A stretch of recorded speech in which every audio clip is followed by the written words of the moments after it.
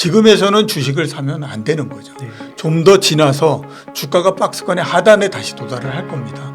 2200포인트가 되고 이런 하단 정도에 도달하는 형태가 될 텐데 그 정도 되면 주식을 사야지 위에서부터 내려오는 국면에서 주식을 사면 안 됩니다. 예. 이번에 하락에서 제가 봤을 때는 삼성전자가 아마 5만 원대 중반 정도까지 하락을 해야 이번에 삼성전자 하락도 끝이 날 걸로 그렇게 보이거든요. 이종우입니다.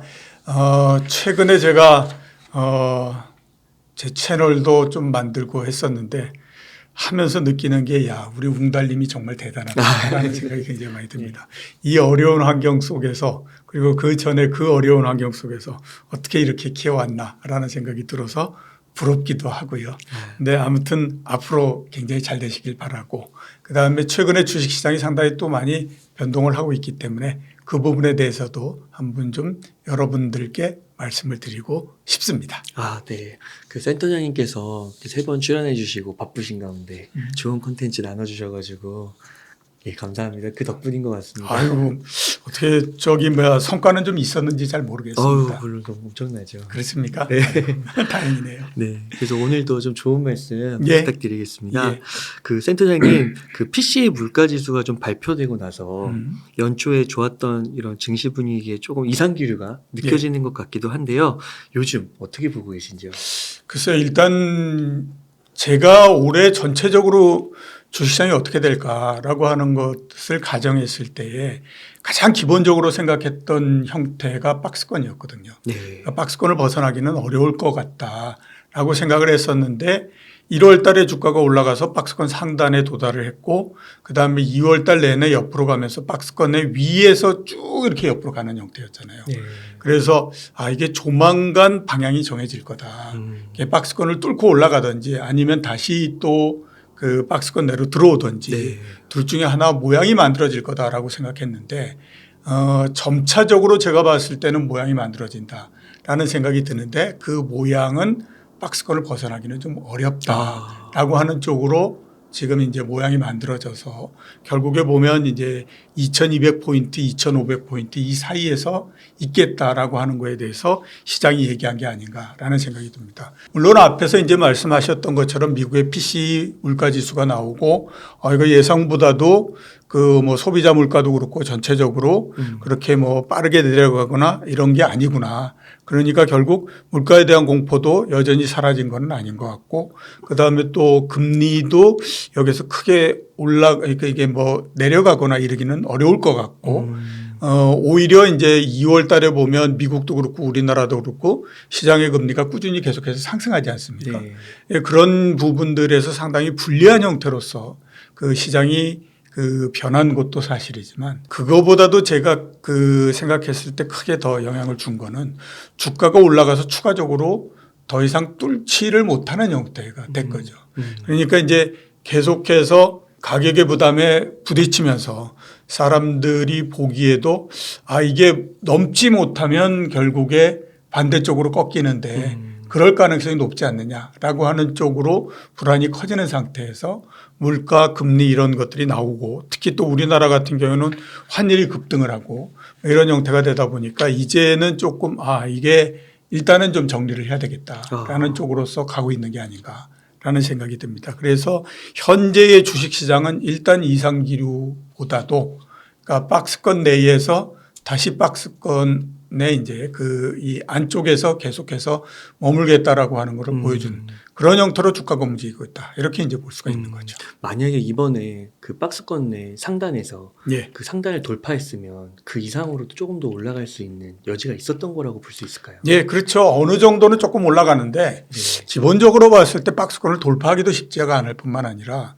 돌파했다라고 하더라도 그 상승의 폭이 그렇게 크거나 그러지는 않았을 것 같다라는 생각이 들어요. 왜 그러냐면 박스권을 뚫고 주가가 계속해서 올라가기에는 지금의 상황 자체가 상당히 좀 불리하다라는 생각이 저는 굉장히 많이 듭니다. 이제 다른 것보다도 우리나라 같은 경우에 보면 경기 상황 이게 다른 나라에 비해서도 별로 그렇게 좋지 않은 상태이잖아요. 네. 그러니까 그 부분에서 좀 마이너스가 되는 부분들이 있고 그다음에 1월 달에 주가가 올라가고 했던 것의 굉장히 큰 부분은 외국인 매수였지 않습니까? 특히 삼성전자 같은 경우를 보면 외국인 매수의 35% 정도가 삼성전자 한 종목에 모이는 형태였었거든요. 네. 그 정도로 매수가 모이게 되면요.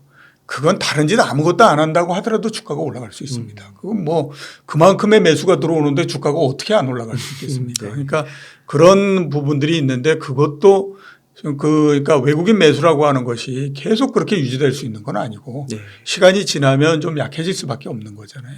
거기에다가 금리가 당장에 내려가거나 그럴 수 있는 것도 아니기 때문에 그런 것들을 전체적으로 감안한다라고 하면 이번에 운 좋게 박스권을 한번 뚫고 간다라고 하더라도 그 뚫고 올라가는 폭이 그렇게 크지는 않을 수밖에 없는.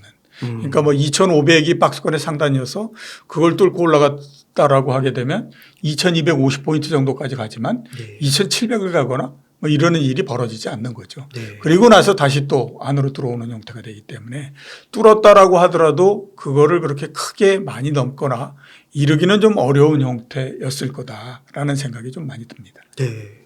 그래서 이번에 이제 미국에서 또 빅스텝 이야기가 또 나오기도 하고요. 예. 그 6%까지 기준금리를 인상하겠다 이런 얘기도 오늘 뉴스로 나오긴 네. 하더라고요.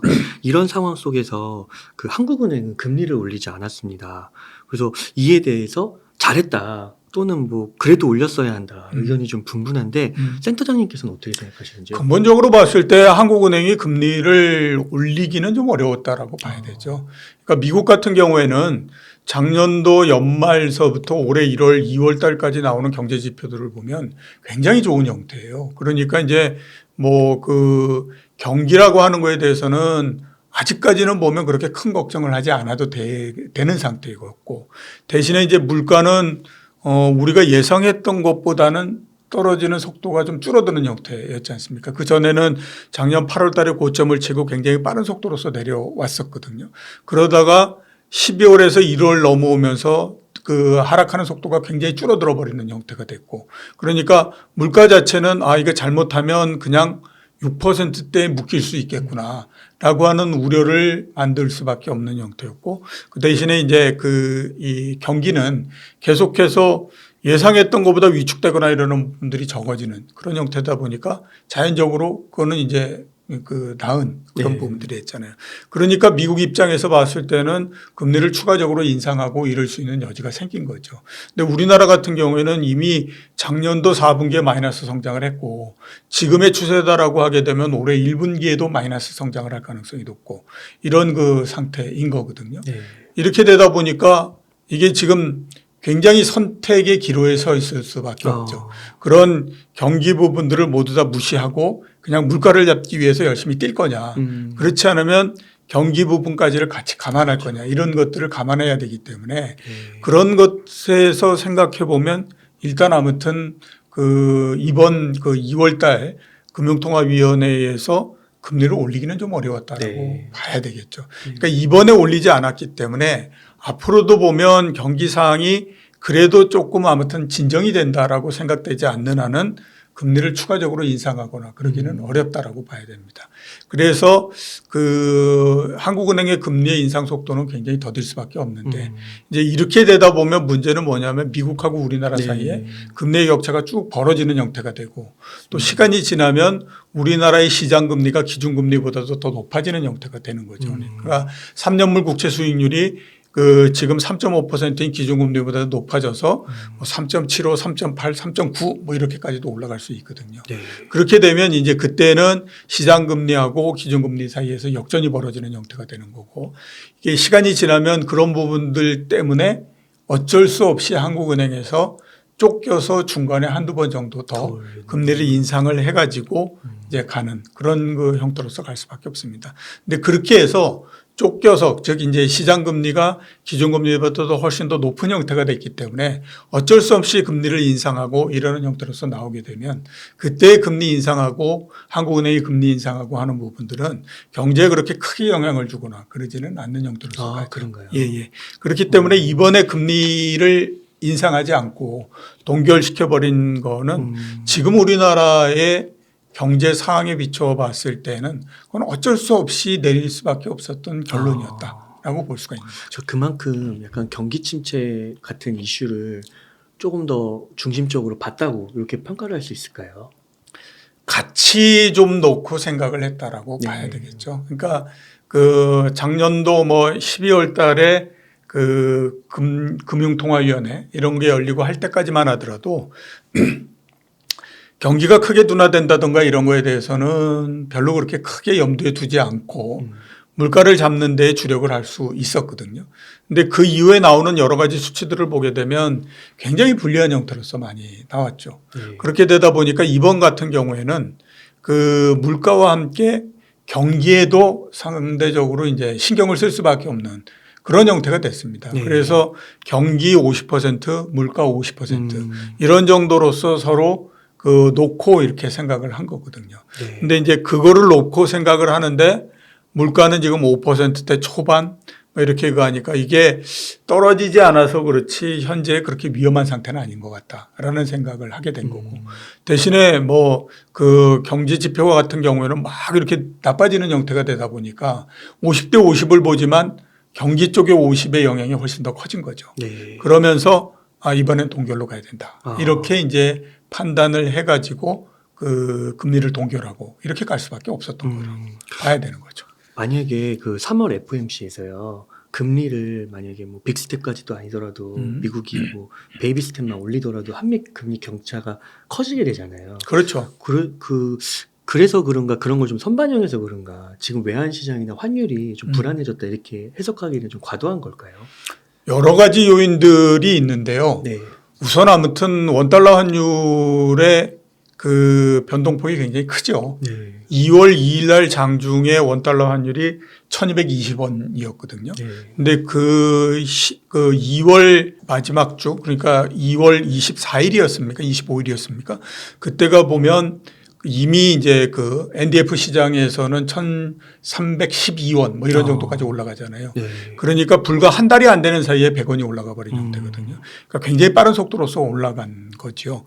그 우선 속도 굉장히 빠른데 이번 같은 경우에는 작년도 9월 달 10월 달에 1440원 정도까지 올라갔지 않습니까? 네. 그때에 비해서 아직까지 수준 자체는 대략 한 120원 정도 낮은 상태에 있지만 내용면으로 봤을 때는 그때보다는 별로 안 좋습니다. 아, 그래요? 그렇기 때문에 그게 더 문제다라는 생각이 들거든요. 우선 보면 작년도 9월 달 10월 달에 원화가 약세가 됐던 거는 달러가 강세가 됐던 영향이 굉장히 큽니다.